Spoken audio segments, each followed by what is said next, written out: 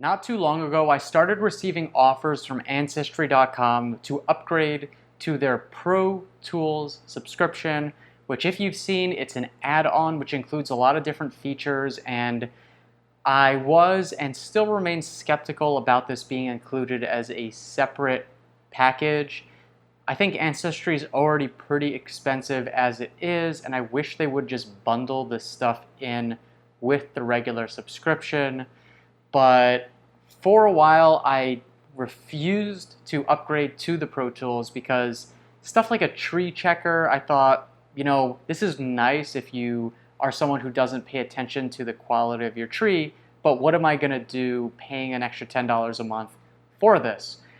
However, just recently, they introduced a tool to their Pro Tools, which is the Advanced DNA Matches. And let me tell you, despite my skepticism, despite still thinking they should be bundled in, this is a game changer in genealogy.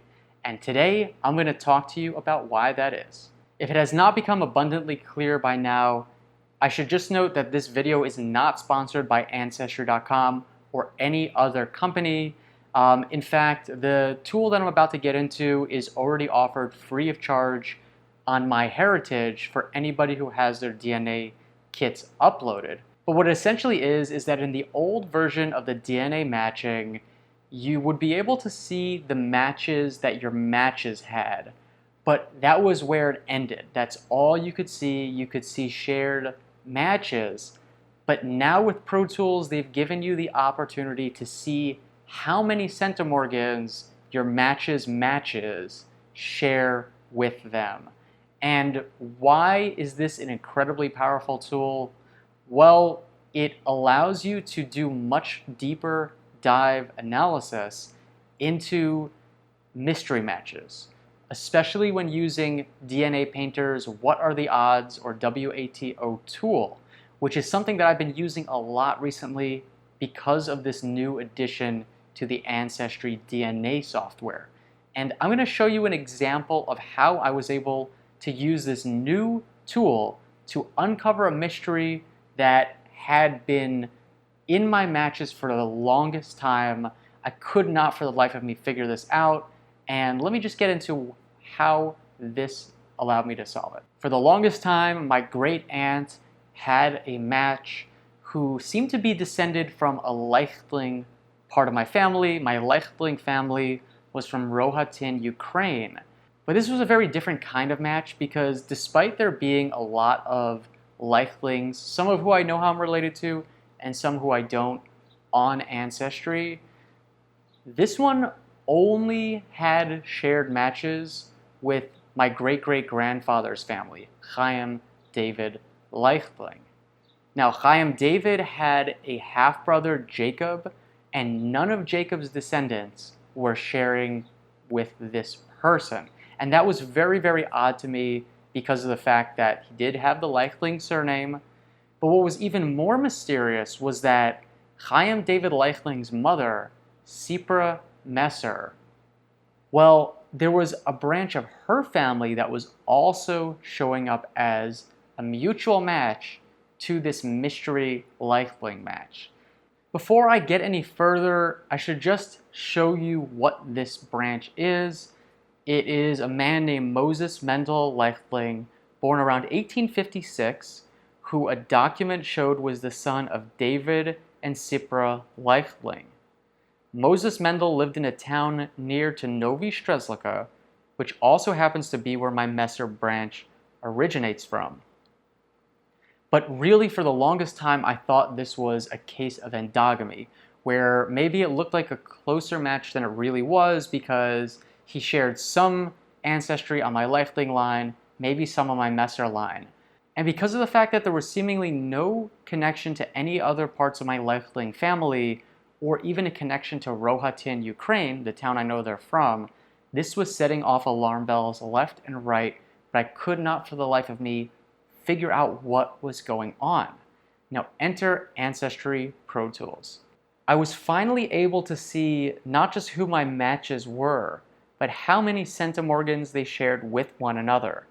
And when I plugged the numbers into the what are the odds tool, there was only one scenario that made sense.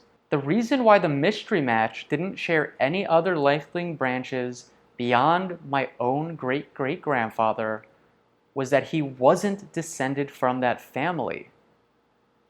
You see, Moses Mendel was the half-brother of Chaim David through his mother and had simply taken on the lifelink surname after she had remarried. Moses' parents were Sipra Messer and a mystery man named David, whose surname remains unknown. But he was her first husband.